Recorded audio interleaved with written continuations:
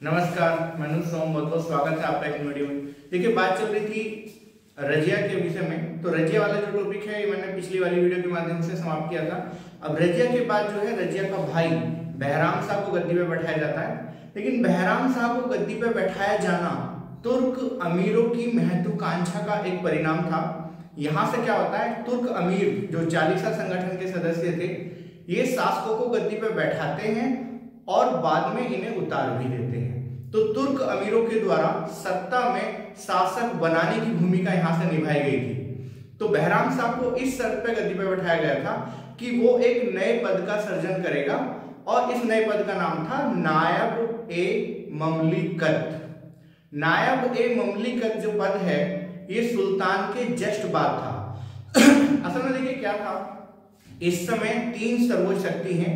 पहली जो सर्वोच्च शक्ति है ये है सुल्तान। तो सुल्तान के बाद पहले क्या होता था, सुल्तान के बाद जो जस्ट पद होता था वो था वजीर का। लेकिन क्या किया, चालीसा संगठन ने सुल्तान और वजीर के मध्य एक और नया पद बनवाया और ये पद था नायब ए ममलिकत। नायब ए ममलिकत को उप सुल्तान भी कहा गया है। अब ये पद दिया गया एतगीन को। अब एतगीन कौन था, मैंने आपको पिछली वीडियो में बताया था कि एतगीन जो है रजिया के प्रमुख विरोधियों में प्रमुख था और इसी को ये जो है नायब ए ममलिकत का पद दिया गया था। अब एतगीन क्या करता है, एतगीन इल्तुतमिश की लड़की से शादी करता है और इस समय क्या होता है, देखिए इस समय क्या होता है, सुल्तान के पास कुछ प्रतीक होते हैं जो केवल सुल्तान ही रख सकता है। गैर सुल्तान को ये पद जो प्रतीक हैं इन रखने की अनुमति नहीं है। लेकिन एतगीन इल्तुतमिश की लड़की से शादी करके सुल्तान वाले जो पद हैं जैसे नौबत है, ये जो है हाथी वगैरह रखना शुरू करता है। बहराम शाह को ये बर्दाश्त नहीं होता और बहराम शाह जो है महत्वाकांक्षी व्यक्ति है।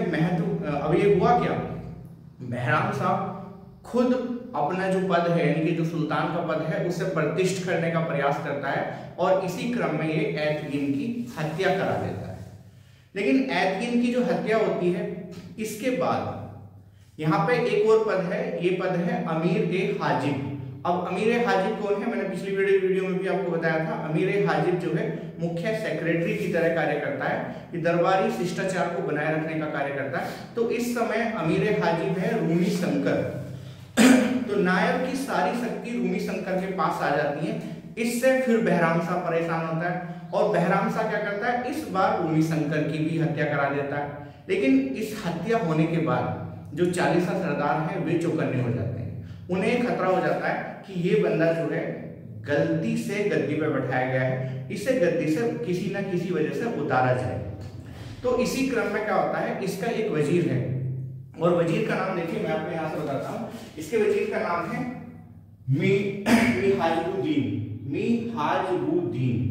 मिहाजुद्दीन क्या करता है, बहराम शाह के खिलाफ ये साजिश रचता है और यही बंदा जो है बहराम शाह की क्या करवा देता है, हत्या भी करा देता है। अब बहराम शाह के समय के जो मुख्य पॉइंट है आइए उसके विषय में डिस्कस करते हैं।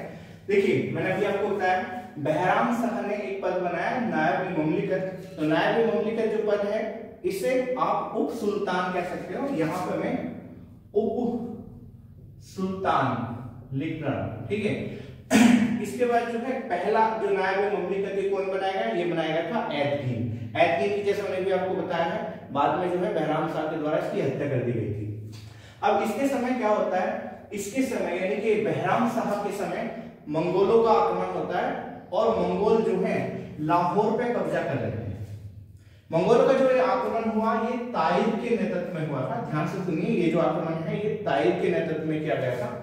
और इस समय क्या होता है, सल्तनत की जो सीमा है वो सिंधु नदी से घटके व्यास नदी तक रह जाती है।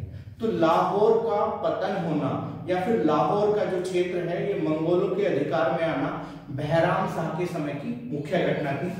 इसके बाद मैंने अभी वजीर आपको बताया है और मैंने अभी आपको बताया है अमीर ए हाजिब। तो इसका अमीर ए हाजिब शंकर रूमी है जिसकी ये बाद में क्या करा देता है, हत्या। और यहाँ पे एक और पॉइंट इंपोर्टेंट है, बलबन जो पहले एक दास था और बाद में जाकर क्या बना, सुल्तान। तो बलबन को इस समय हांसी और रेवाड़ी की जागीर दी गई थी। बलबन जो है इस समय इसे किसकी, हांसी व रेवाड़ी की जागीर दी गई थी। ठीक है। अब बहराम शाह जो शासन करता है मात्र 2 वर्ष 1 माह और 15 दिन तक जो है लगभग बहराम शाह के द्वारा शासन किया गया। तो यहां से अगर आप क्वेश्चन की बात करेंगे तो आप केवल 2 पॉइंट आप याद रख सकते हैं। पहला, ताहिर खां का जो आक्रमण है वो किसके समय हुआ था? बहराम शाह के समय हुआ था। दूसरा जो है नायब ममलिकत पद किसके समय बनाया गया? तो नायब ममलिकत भी जो है बहराम शाह के समय बनाया गया। अब क्या हुआ? बहराम शाह की बात में क्या हुआ? वजीर के द्वारा इसे हटा दिया गया, या तो इसकी हत्या कर दी गई या इसे हटा दिया गया। और इसके बाद किसे? अलाउद्दीन मसूद शाह को गद्दी पर बैठाया गया। अब अलाउद्दीन मसूद शाह जो है इसका टाइम पीरियड है 1200, टाइम पीरियड यहां पर लिखता हूं 1242 से 1240, लगभग 3.5 या 4 साल के आसपास अलाउद्दीन मसूद शाह शासन करता है। ये था कौन? ये रुकनुद्दीन फिरोज का पुत्र था। ठीक है, ये जो बंदा है अलाउद्दीन मसूद शाह, ये रुकनुद्दीन फिरोज का पुत्र था। और इसके समय कुतुबुद्दीन हसन मुख्य नायब है, और इसके समय जो वजीर है ये है अबू बकर। तो ये आप नोट कर सकते हैं, दोबारा फिर सुनिए, कुतुबुद्दीन हसन नायब है जबकि वजीर है अबू बकर। अब इसके समय क्या होता है? इसके समय बलबन जो है ये अमीर-ए-हाजिब बनता है, और यहां से बलबन का उत्कर्ष होता है। तो ये भी आप याद रखेंगे अगर क्वेश्चन एग्जाम में आता है कि बलबन ने अपना उत्कर्ष कहां से किया था, तो बलबन का जो उत्कर्ष होता है वो अलाउद्दीन मसूद शाह के समय, क्योंकि बलबन को क्या बनाया गया? अमीर-ए-हाजिब। जैसा मैंने अभी आपको बताया कि अमीर-ए-हाजिब जो एक तरीके से सेक्रेटरी था और दरबारी शिष्टाचार बनाने में मुख्य भूमिका निभाता था। तो दरबारी शिष्टाचार क्योंकि बनाता है तो ये व्यक्ति, ये जो पद है ये सुल्तान के काफी निकट होता है। ठीक है, अब इसके बाद क्या होता है? देखिए, इसी के समय बगदाद का जो अंतिम खलीफा है ये है अल-मुत्सिम बिल्लाह। तो इसके जो सिक्के हैं उनके, इसके सिक्कों पर बगदाद के अंतिम खलीफा, ठीक है, अंतिम खलीफा का नाम जो है इसके सिक्कों पर मिलता है। और यहां से एक और चीज है, मैंने अभी आपको बलबन के विषय में बताया, बलबन यहां से महत्वाकांक्षी व्यक्ति है। बलबन चालीसा का सदस्य है जिसे अमीर-ए-हाजिब बनाया गया। तो बलबन क्या करता है? बलबन इसके खिलाफ षड्यंत्र रचता है, और षड्यंत्र रचने के बाद ये इल्तुतमिश के पौत्र, ठीक है, इल्तुतमिश के पौत्र मतलब पोता, तो पोते को गद्दी पे बैठाता है जिसका नाम है नसरुद्दीन महमूद। तो नसरुद्दीन महमूद को गद्दी पे बैठाने का कार्य बलबन करता है, और अलाउद्दीन मसूद शाह को जो है सिंहासन से हटा दिया जाता है।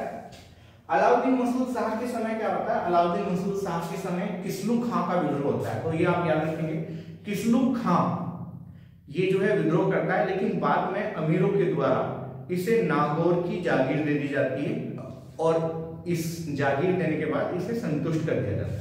तो अगला जो हमारा शासक है ये है नसरुद्दीन महमूद। नसरुद्दीन महमूद ने 1246 से 1265 तक शासन किया। लगभग जो है काफी लंबे समय तक शासन करने वाला व्यक्ति है, 20 साल के आसपास शासन करता है। बलबन जो है इस समय क्या बनता है? नायब-ए-ममलिकत। देखिए, अलाउद्दीन मसूद शाह के समय बलबन अमीर-ए-हाजिब है, लेकिन अलाउद्दीन मसूद शाह को हटा के जब नसरुद्दीन को गद्दी पर बैठाया जाता है तो बलबन को नायब-ए-ममलिकत का पद भी दिया जाता है, और साथ ही साथ 1249 में बलबन को उलूग खां की उपाधि दी जाती है। अब ये उलूग खां की उपाधि संभव से कहा जाता है, इस वजह से दी गई थी कि मंगोल जो आक्रमण हुए, मंगोल आक्रमण को सफलतापूर्वक जो है बलबन ने दबाया था। अब उलूग खां क्या है? उलूग खां को महान खान कहा गया है। ठीक है, अब इसके बाद क्या होता है? बलबन अपनी लड़की हुजैदा का विवाह नसरुद्दीन के साथ करता है। नसरुद्दीन के विषय में कहा गया है, खासकर मिनहाजुद्दीन सिराज एक इतिहासकार हुआ है। मिनहाजुद्दीन सिराज ने किताब लिखी है तबकात-ए-नासिरी। तो तबकात-ए-नासिरी जो है ये डेडिकेट की जाती है नसरुद्दीन को, क्योंकि मिनहाज इसके समय मुख्य काजी है, और सल्तनत काल में नसरुद्दीन महमूद के विषय में कहा गया है कि ये जो है कुरान की नकल करके अपने जीवन यापन करता है। नसरुद्दीन ने कहा है कि जो संपत्ति है ये संपत्ति राज्य की है, इस पे मेरा कोई अधिकार नहीं है, इसामी एक और राइटर हुआ। इसामी इसके विषय में लिखता है कि ये जितनी भी कार्य करता है वो तुर्क सरदारों की सहमति से करता है, बिना तुर्क सरदारों की सहमति के बिना जो है ये हिलता भी नहीं है। इसके अलावा इसामी इसके विषय में लिखता है कि ये जो है राज्य का जो पैसा है उसका उपयोग भी नहीं करता, केवल टोपियां वगैरह सी के अपने जीवन का गुजारा करता है। और इसके विषय में ये भी कहा गया है कि सल्तनत काल में ये पहला ऐसा शासक है जिसकी केवल एकमात्र पत्नी थी। लेकिन यहाँ पर होता क्या है, नसरुद्दीन के समय में एक भारतीय मुसलमान के द्वारा सत्ता प्राप्ति करने का प्रयास किया जाता है और ये भारतीय मुसलमान है इमामुद्दीन रेहान। तो इमामुद्दीन रेहान जो है कुछ समय के लिए, कुछ समय क्या, हम केवल 1 वर्ष के लिए नायब ए ममलिकत बनता है और बाद में बलबन को जो है नायब ए ममलिकत के पद से हटा दिया जाता है। यानी कि लगभग जो है 1 साल नायब ए ममलिकत का जो पद है वो रेहान के पास रहता है। लेकिन बलबन चूंकि महत्वाकांक्षी व्यक्ति था, वो नसरुद्दीन के खिलाफ तुर्की अमीरों को एकत्रित करता है और रेहान को नायब ए ममलिकत के पद से हटवाता है और खुद नायब ए ममलिकत पद जो है खुद धारण करता है। अब इसके समय की घटनाओं की अगर हम बात करेंगे तो देखिए, मैंने भी आपको बताया कि इल्तुतमिश का जो पुत्र है वो बलबन के सहयोग से गद्दी पर बैठा। अब यहाँ पे क्या है, कुछ बुकों में नसरुद्दीन के विषय में लिखा गया है कि ये इल्तुतमिश का पुत्र है। असल में ये इल्तुतमिश का पुत्र नहीं था, ये इल्तुतमिश का पौत्र था। अब ये घटना क्या है तो ये आप अच्छी तरीके से याद रखें। हुआ ये था कि 1229 में इल्तुतमिश का जो सबसे प्रिय पुत्र था नसरुद्दीन, उसकी मृत्यु हो जाती है और नसरुद्दीन का लड़के का जन्म होता है। तो इल्तुतमिश चूंकि नसरुद्दीन से बहुत ज्यादा प्यार करता है तो नसरुद्दीन के पुत्र का नाम भी वो नसरुद्दीन ही रखता है और ये कहता है कि ये जो है ये मेरा पुत्र है। तो इस वजह से जो है कुछ इतिहासकारों ने यहाँ पे गलत लिख दिया। तो आप ये अच्छी तरीके से याद रखेंगे, नसरुद्दीन इल्तुतमिश का पुत्र नहीं है, इसका पौत्र है। ठीक है। और दूसरा मैंने अभी आपको बताया है बलबन को जो है उलुग खां की उपाधि दी गई, तो ये मैंने यहाँ पर पहले लिखा हुआ था। 1253 में इमामुद्दीन रेहान बलबन के स्थान पर नायब ए ममलिकत बनता है, ये मैंने अभी आपको बताया। उसके बाद पुनः जो है ये पद बलबन प्राप्त कर लेता है। मिनहाज जिसने तबकात नासिरी ग्रंथ लिखा और तबकात नासिरी जो शब्द है ये नसरुद्दीन को ही डेडिकेटेड है। ये पुस्तक इसने इसी के उपलक्ष्य में लिखी है। तो मिनहाज को मुख्य काजी बनाया गया, लेकिन कुछ समय के लिए मिनहाज जो है काजी के पद से हटा दिया जाता है। अब होता क्या है कि 1265 में नसरुद्दीन की मृत्यु हो जाती है। अब इसकी मृत्यु के उपलक्ष्य में इतिहासकारों में मतभेद है। देखिए क्या मतभेद है। तारीख ए फिरोज शाही, ये किताब है बर्नी की। तो बर्नी तो कहता है कि बर्नी जो है नसरुद्दीन की मृत्यु के विषय में कुछ नहीं लिखता। इस विषय में इस किताब से हमें जानकारी नहीं मिलती। ये मौन है। मौन का मतलब ये है कि कोई जानकारी मृत्यु की नहीं है। इसके बाद जो है तारीख ए मुबारक शाही, ये तारीख ए मुबारक शाही किताब लिखी है याहिया बिन अहमद सरहिंदी ने। तो याहिया बिन अहमद सरहिंदी कहता है कि नसरुद्दीन की जो मृत्यु हुई है वो बीमारी से हुई है। केवल एकमात्र इतिहासकार जो नसरुद्दीन की स्वाभाविक मृत्यु बताता है वो है आपका याहिया बिन अहमद सरहिंदी। जबकि इसामी, फरिश्ता और इब्न बतूता ये कहते हैं कि बलबन के द्वारा नसरुद्दीन की हत्या की गई। अब इसकी मृत्यु किस प्रकार हुई ये कहना मुश्किल है, लेकिन संभावना जिसामी, फरिश्ता और इब्न बतूता ने जो आरोप बलबन पर लगाया है वो ज्यादा प्रबल माना जाता है, क्योंकि बलबन जो है चालीसा का सदस्य था, महत्वाकांक्षी व्यक्ति था। 20 साल के आसपास वो नायब ममलिकत रहता है और अगले 20 साल वो सुल्तान बनता है। तो बलबन जो है, आगे हम जो टॉपिक पढ़ेंगे वो बलबन पढ़ेंगे। तो आज का जो टॉपिक है वो यही समाप्त होता है। बहुत बहुत धन्यवाद।